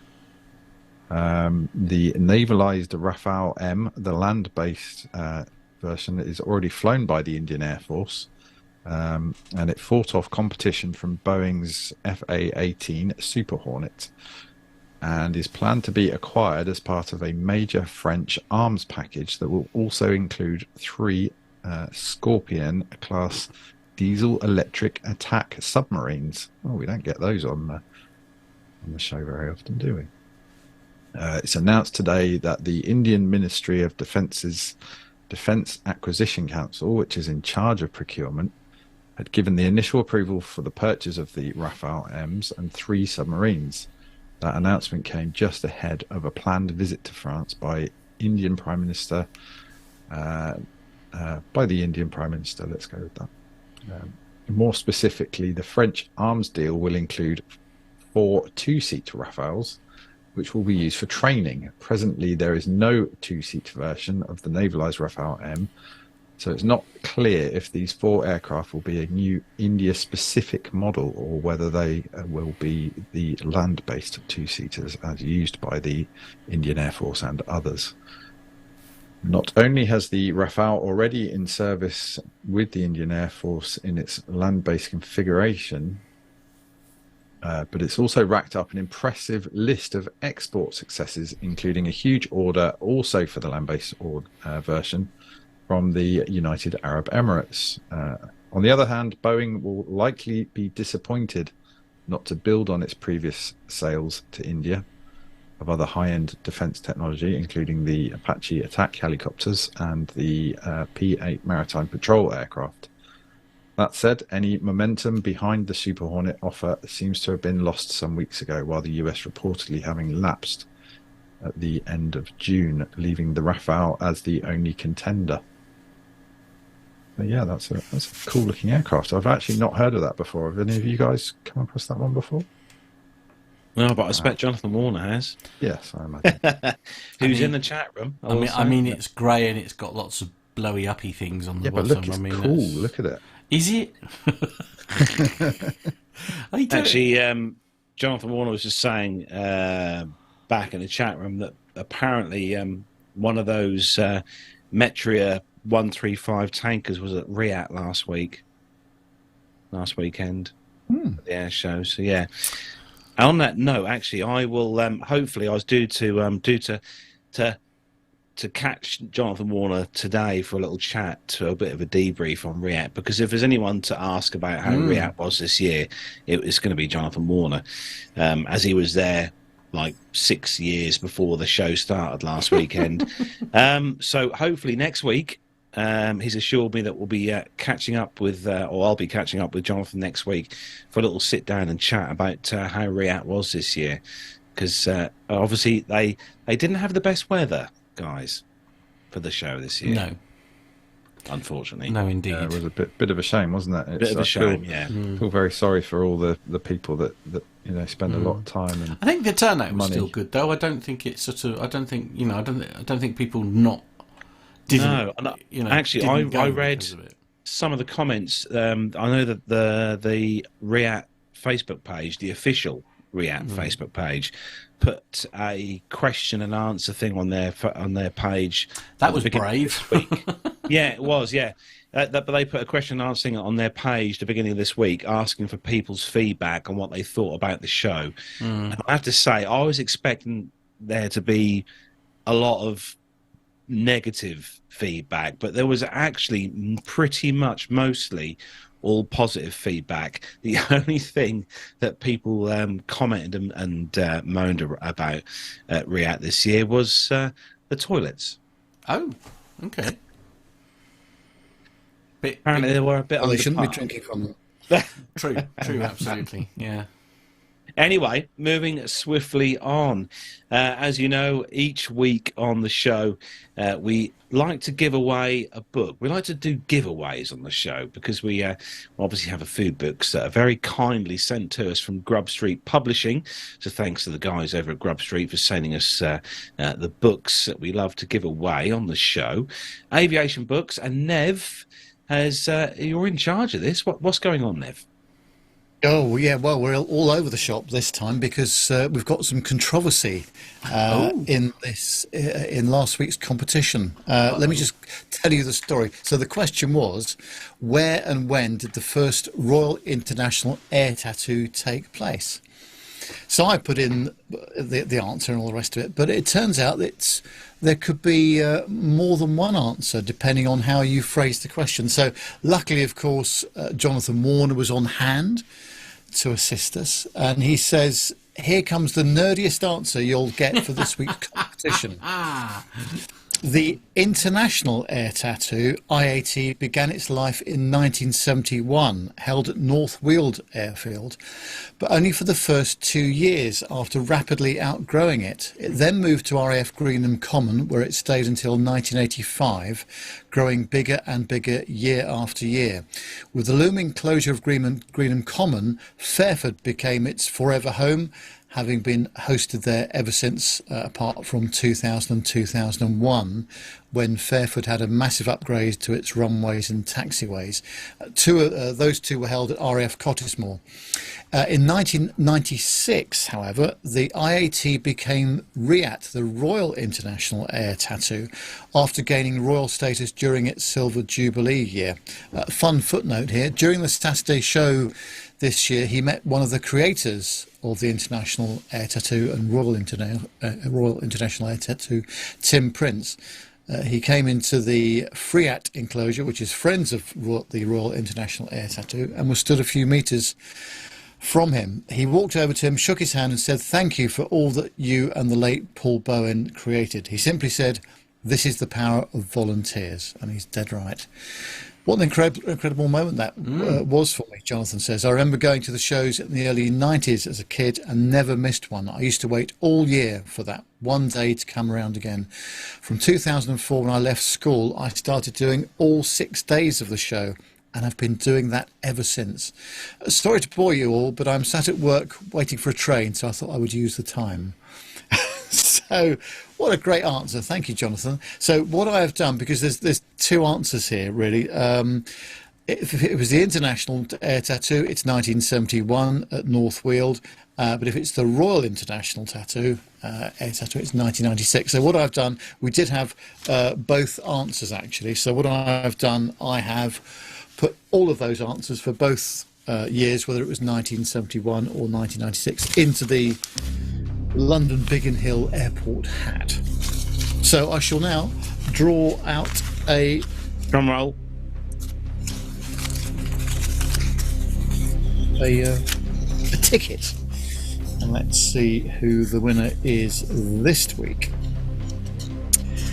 It is Gordon. Me? No, sorry, it's not. It's Gordon McKechnie. McGeeky. Sorry, I beg your pardon. Gordon McGeeky. So, Gordon, I shall send you a email shortly, and your prize is the Fleet Air Arm Boys. It's volume 4 by Steve Bond, a lifetime of reminiscences from the flight deck. A little bit of damage on the top left-hand corner there. I'm sorry, that's how it came in from the post, so I do apologise. So well done, Gordon. I'll get that off to you if you send me your address. We have a competition for this week as well. This will be the last of our Grub Street books. We've run out now. This one is called Vampire Boys by Charlotte Bailey. True Tales from Operators of the RAF's first single-engine jet. Oh, nice. Great read. I've read a little bit of it the other day, actually. And this week's question is, which is longer, the Boeing 747's wingspan or the distance of the Wright brothers' first flight? I shall repeat the question. Which is longer, the Boeing 747's wingspan or the distance of the Wright brothers' first flight? Ooh. Please send your answers to podcast@planetalkinguk.com, and not next week, but the week after, we shall draw out a winner again, and you can stand the chance of winning the Vampire Boys book. That's quite an interesting question. I'm not going to ask you for what the actual stats were, but whether it was the Boeing 747's wingspan or the distance of the Wright brothers' first flight, which was the longer distance. Interesting. So get your answers in via email. Don't forget that email address, podcast@planetalkinguk.com. Now, before we move on to the last part of the show, which is obviously our social medias, and we've got a few minutes to spare, we'll just do a quick round robin, because next week, well, next week, hopefully, fingers crossed, Mr. Bounds will be travelling on an aircraft. Yes, I haven't done that for a while, so I've just got to familiarise myself with how to do it. Off to Edinburgh on Monday, doing a bit of work up there. Also going to Aberdeen and Glasgow, and I should be flying back from Glasgow on Thursday afternoon. So I'm up there for 3.5 days next week. So that'll be a bit of fun. So looking forward to doing that. Well, looking forward to hearing the report back, Nev, about BA's service, and obviously with the airport as well, because you have had a few interesting experiences with previous airport. Well, if I'm on a flight, something's going to happen, isn't it? Basically. you know that. So I know. Nick, what's going on with you next week? Any exciting? I've decided I'm going to undertake a little DIY project, so I'm going to try and build a workbench for the garage. So Say. we'll see how that goes. My DIY skills are not I probably shouldn't admit to, as I'm an engineer by trade. Good, lovely, well played. Matt, what's going on in the world of Smith? It appears that I'm going to be having a crash course in how to fit alternators this weekend. So YouTube is your friend. Yeah, apparently so. So we should be googling the heck out of that, basically. Yeah, if we've got any vehicle mechanics watching or listening to the show, just help. Get in touch with Matt. Yeah, podcast that. New one should be here Wednesdays. So if anyone's about, yeah, never mind. But and I shall next week. What are we doing next week? I shall be in my new job. My temporary new job next week again, working for our very illustrious station manager of this particular radio station here, which is proving to be a very nice, welcome change from what you've I been will doing. say. I knew you would sort of. It's right up your street, basically, what you're doing. Yeah, very much so. Yeah. Although I was sent pictures of the immediate pimping of the sound system that Carlos did the nanosecond he got there.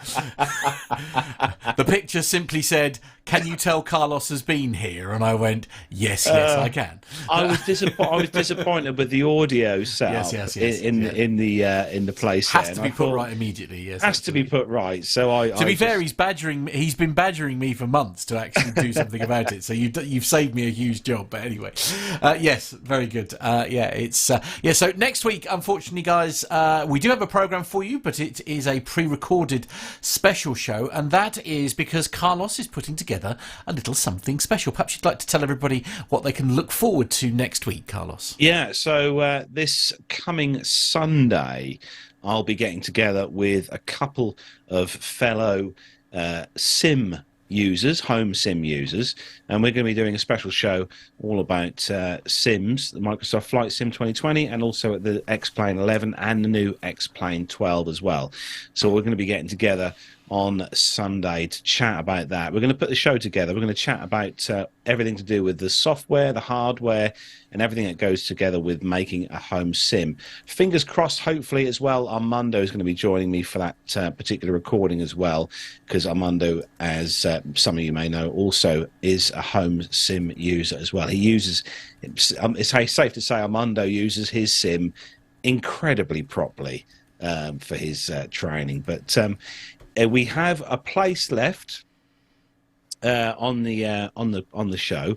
So if you are an avid home simmer and you have the sort of hardware and software use of the software and hardware at home, and you fancy joining me on Sunday at midday, we're going to start recording at midday on Sunday. Just pop me an email. Carlos@planetalkinguk.com. Obviously, for those of you listening to the audio podcast, this probably would be a bit too late. A little late, yeah. It's published on Sunday, although we do. Yes, actually, sorry, Carlos, carry on. Yeah, it's going to be on this coming Sunday at midday.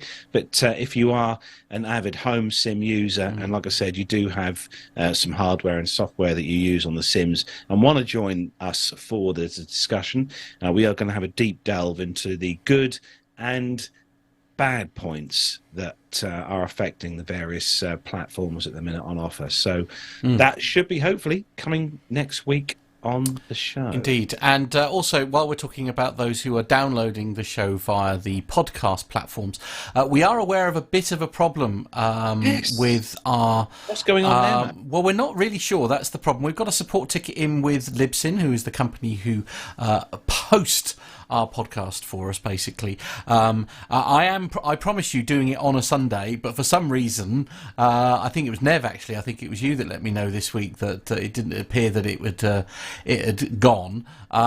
So yeah, we do have a support ticket in there. We think at the moment it's something to do with the show note element to it, which is what's failing to post. So we are still trying to get to the bottom of that. So we are trying to get it sorted, basically. So apologies that the audio version is not arriving as readily as it should do, usually around about sort of Sunday lunchtime. But we are aware of it, and we are trying to get to the bottom of what the hiccup is. Essentially, if I remove the show notes and then repost it, it seems to work every single time. So we think that may, the file is the same. So yeah, not quite sure what's going on, but we're trying to get to the bottom of it, basically. Now, for those of you who may not know, just forgotten, or just wondering, Nev, where can our marvellous listeners find out more about us and join us on the show? You'd think they know by now, wouldn't you? But yes, of course, it's Facebook, Twitter or Instagram. Just search your social medias for Plain Talking UK. And Threads, by the way, as well. Oh, now. and Threads we as are well, on Threads as well. We're very on it here. Yeah. Another new platform. I where know. You've got to I know. download an app. And, man. I was looking for a message the other day from someone very important. And I couldn't work out whether they'd sent it to me on Facebook, Twitter, Insta, Instant Messenger, text messages or whatever it was. Pigeon. Oh, it's awful. Anyway, I eventually found it after about 45 minutes of looking. Anyway, that's just me. WhatsApp number for the show is +44 757 224 9166. You can email the show, podcast@plaintalkinguk.com, and the website is at www.plaintalkinguk.com. You can subscribe to our YouTube channel. You'll get notifications when we go live. And as so many people have done, you can take part in the chat room as well. And you can also become a patron of the show, of course, don't forget. Have a look on the website. It'll tell you how to do that, either patron or PayPal member, I think I'm right in saying. So correct, yes. We can do that. And thank you very much indeed for all of your contributions, because that really does help us keep the show on the road with the media hosting cost and server cost and all the rest of it. So that's it. Thank you. Yeah, thank you to one and all. And thanks to everyone for joining us this evening. I forgot to mention at the top of the show, but we did have got quite a few members in the chat room tonight. We're just going to quickly, before we finish, mention Richard Adams, Dirk S., our main man, Micah, Hobby Time, Masha is in there. Also, Oscar was also in there. Dirk S. Sturman was also in there. Looking forward to Sturman's wedding next month, very much indeed. We also had Bill was also in there as well. Pip was in there playing safety. Aaron P, hello to you as well, and just make sure, and Milo was also in there as well this evening. Nice to see you back in there. Shorty Oscar?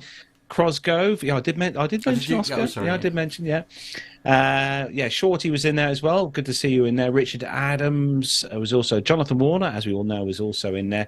Looking forward to catching up with Jonathan next week to have a chat about RIAT. Hobby Time was also in there as well, and just make sure I didn't miss anyone. Captain Ridiculous Wits as well also popped his head in the chat room as well.